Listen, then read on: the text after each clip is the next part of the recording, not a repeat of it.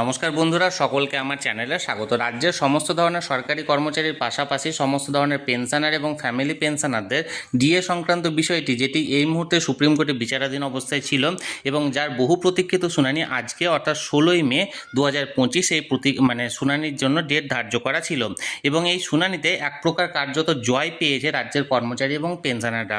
অর্থাৎ একটি অত্যন্ত ভালো এবং সুখবর বেরিয়ে এসেছে রাজ্যের সমস্ত ধরনের কর্মচারী এবং পেনশনারদের জন্য ডিএ মামলা থেকে।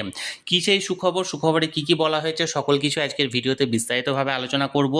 বলা যেতে পারে এ যাবৎকালের সবথেকে ভালো সুখবর এটি, তাই অবশ্যই প্রথম থেকে শেষ পর্যন্ত ভিডিওটি ধৈর্য সহকারে দেখবেন এবং ভালো লেগে থাকলে অবশ্যই একটি লাইক করবেন এবং সকলের সঙ্গে শেয়ার করবেন।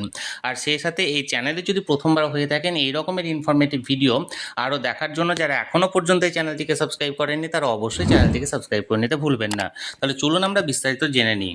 আজকে এই ডিএ মামলা শুনানিটি honourable mister justice Sanjay Karol and honourable mister justice Sandeep মেহতার এজলাসে এই মামলাটি ওঠার কথা ছিল এবং যার ক্লজ নাম্বার ছিল 61, অর্থাৎ 61 নাম্বার সিরিয়ালে এই মামলাটি ওঠার কথা ছিল। নির্দিষ্ট সময়ে ডিএ মামলাটি সুপ্রিম কোর্টে এজলাসে শুনানির জন্য উঠেছিল এবং রাজ্যের তরফ থেকে যে সমস্ত আইনজীবীরা নিযুক্ত ছিলেন তারা ডিএ মামলাতে যে অতিরিক্ত ফাইন্যান্সিয়াল বার্ডেন আসবে সেটির ব্যাপারে যথাযোগ্য তথ্য তুলে ধরেছিলেন, কিন্তু তারপরেও মাননীয় বিচারপতিদ্বয় মেনে নিয়েছিলেন যে রাজ্য সরকারি কর্মচারীদের ডিএ দেওয়া প্রয়োজন এবং মাননীয় বিচারপতিদের তরফ থেকে যেটা বলা হয় সেটা হলো 4 সপ্তাহের মধ্যে 25% ডিএ আগে মেটাতে হবে এবং তারপরে পরবর্তী যেহেতু গ্রীষ্মাবকাশের ছুটি পড়ছে তাই গ্রীষ্মাবকাশের ছুটির পরে এই মামলাটি পুনরায় শুনানি হবে এবং সেই সময় এই মামলাটি পরবর্তী পর্যায়ে আলোচনা করা হবে।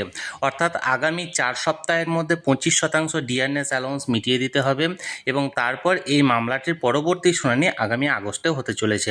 অর্থাৎ এটি একটি বিশাল বড় পাওনা রাজ্য সরকারি কর্মচারীদের ডিএ মামলা নিয়ে।